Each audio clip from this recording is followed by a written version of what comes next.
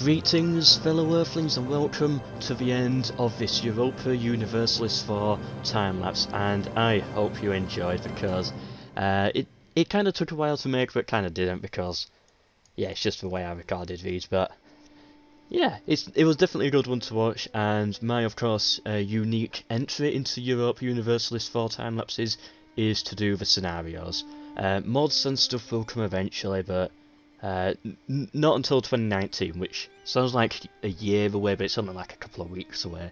But yeah, mods are not going to come in, I'll say for about a month. I want to get these scenarios done because mods have already been done, but these scenarios, they haven't, but mods eventually, just yeah. Anyway, either way, I want to say a massive well done to the Knights, who I did not expect to come anywhere close to even surviving, never mind building an empire in North Africa. Well done to the Knights, I'm impressed. Of course, well done to the Spanish for being the leading colonial nation here. And the English had a bit of a colony as well, and the Danish as well, but mostly the Spanish. Well done to the Americans for taking over most of their modern day land. They've still got a bit more to do, but Mexico as well, and most of Canada. Alaska is owned by, I think that's Russia, yeah. Well done to, I think actually we just started off with that and we held on to it, I don't really know. Of course, Revolutionary France, who I expected to have a much larger, more influential role in the world. They sadly didn't, but yeah, they were still fun to watch, and yeah, they built up a little bit in Europe, and the Revolutionaries did win, of course, at the end, but there was no Napoleon rising to power. It remained as the revolution. Well done to Austria for taking most of modern day Germany, Netherlands and Turkey as well down here. Same with Naples, with Italy as well, they did a good job there. Although they didn't fully unite Italy, they still needed a bit more in the north, but I'm counting this as a kingdom of Italy, almost. The Ottomans got destroyed. Well done to Persia, of course, for helping the Austrians and the Russians destroy them and building quite a big empire in the Middle East. Persia rises again. Never heard of this nation before. Yatenga. Never heard of them. But yeah, well done for them for rising out of nowhere almost, I'm guessing. Maybe they do rise a lot, I don't know. You know, the king or the Chinese here are struggling with a lot of separatists. That's not good for them. They lost a lot of land to the Russians, but at least they've survived. Okay, so now let's check the other screens. So we have, of course, dynasties here. Oh, the von Habsburgs are very powerful there in Britain, Austria, and in Spain, so they own quite a lot of the world. There's no other big major family, I don't think. No, it doesn't look like it. What else do we have here? We have...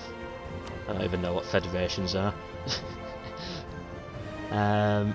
Here are, of course, the great powers, so this is as expected, and we can see them here as well. Oh, yeah, I forgot to say. Russia have, of course, won. Well done to the Russians. It's calculated on the faction with the most amount of development. Austria in second, America's in third, then Spain, then Revolutionary France, then Persia, Brazil, and Marafas, who are these again? Marafas, in India, yeah. Well done to them as well. What more do we have? Development here, so of course, as always, it's heavy development in China and then in Europe as well. It looks like Paris, or possibly London. I think it's actually London which is the most highly developed place. A few Roman settlements getting quite big as well. Yeah, if I had to guess, I think it's London. And finally, there's also, the world's quite devastated in Asia here. China, of course, with its rebels, of course, had a lot of devastation. Same in Mexico as well, but, you know, most of South America, that's looking good. Very prosperous in South America and in France, so, yeah, there's some good places in the world to live in. Some safe areas. Here are the thoughts if anyone's interested in those. And I think I've mostly covered everything at this point. Yeah, everything important. Oh, religion. Always forget about this. So yeah, Protestantism in the Americas. Never heard of this one before. Totemist. Never seen that before. Maybe it's unique to the scenario, I don't really know. Catholic, of course, really dominates in Europe. Protestantism really failed in Europe. And Catholicism in the UK as well, it's made it over to Britain. Yeah, they're converting over to that. It's actually Shia Islam that's doing well. It's usually the Sunnis that do well, and they've got, of course, a bit in Africa, but you know, it looks like the Shia is the most dominant one here. Hindu most dominant in India, then we got Confucianists and Orthodox with their massive Russian Empire there. The HME has survived only just with the Austrians as the emperor, and you know it's not really much of a HME anymore. It's a bit broken, but you know it's still alive in one way or another. Let's check the Emperor of China. Yeah, same again. It's survived, but it's very broken. So yeah, hope you've enjoyed this Europa Universalis 4 time-lapse. More will be coming, focusing on scenarios, maybe even a campaign someday. I'm still unsure. But yeah, hope you've enjoyed. Please, of course, feel free to subscribe if you want to see more.